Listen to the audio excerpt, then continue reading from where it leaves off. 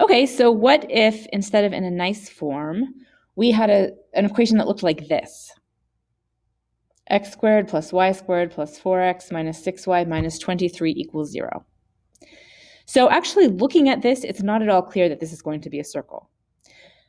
This is actually in the general form for a conic section, right? So where there's going to be 4 different kinds of conic sections, and we're not really going to be able to tell what they are, what kind it is, until we learn more about them. But I'm going to tell you this actually is a circle. But how could we know anything about it? Where is it centered? What is the radius? I don't know. Okay, so let's do some other things and we'll come back to this question.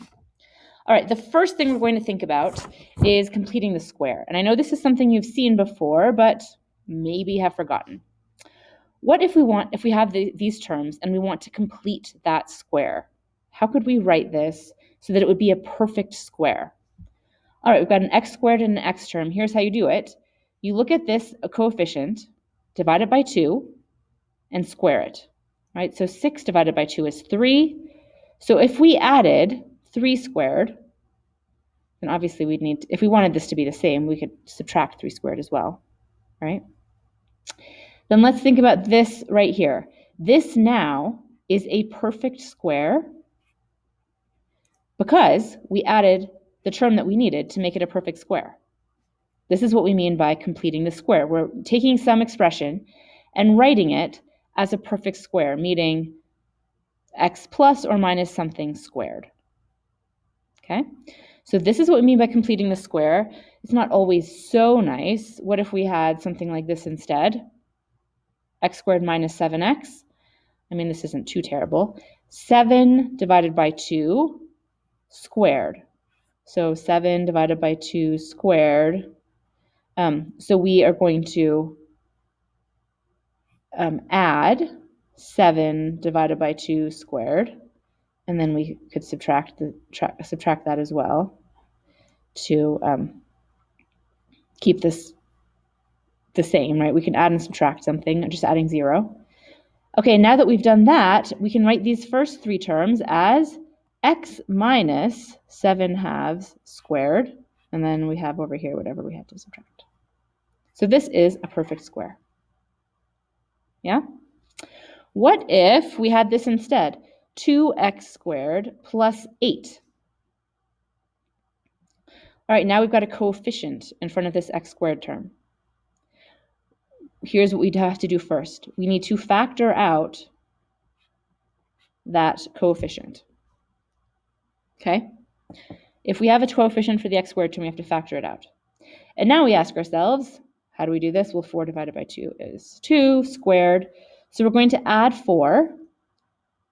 And if we wanted to keep this having the same value, what did we really add? Did we add 4?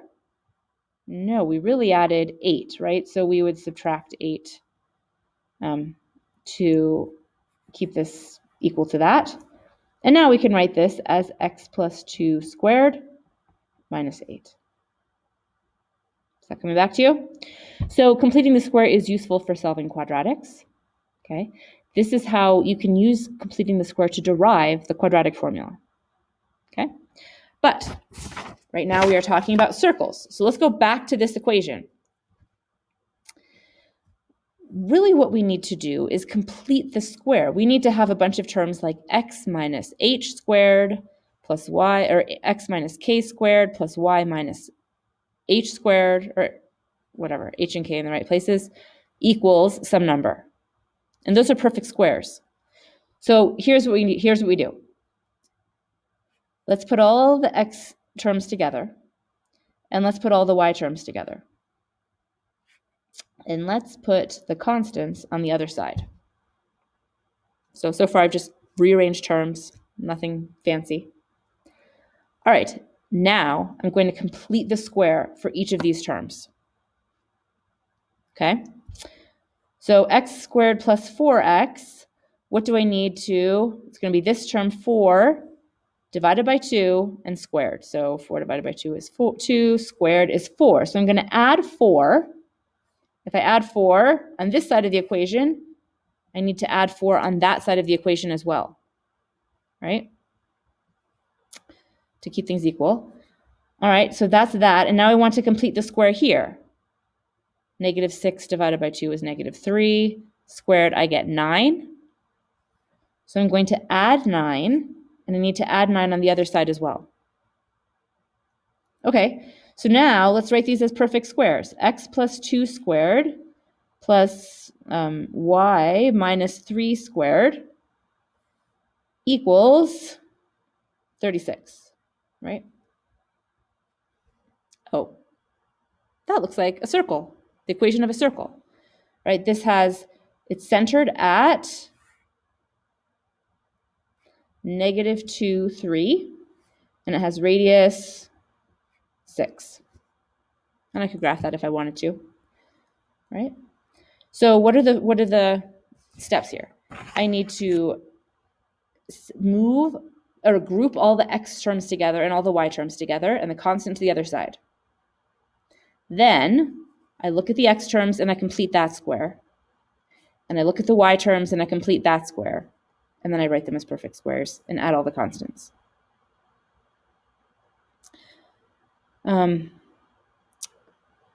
Okay, what if it looked like this instead?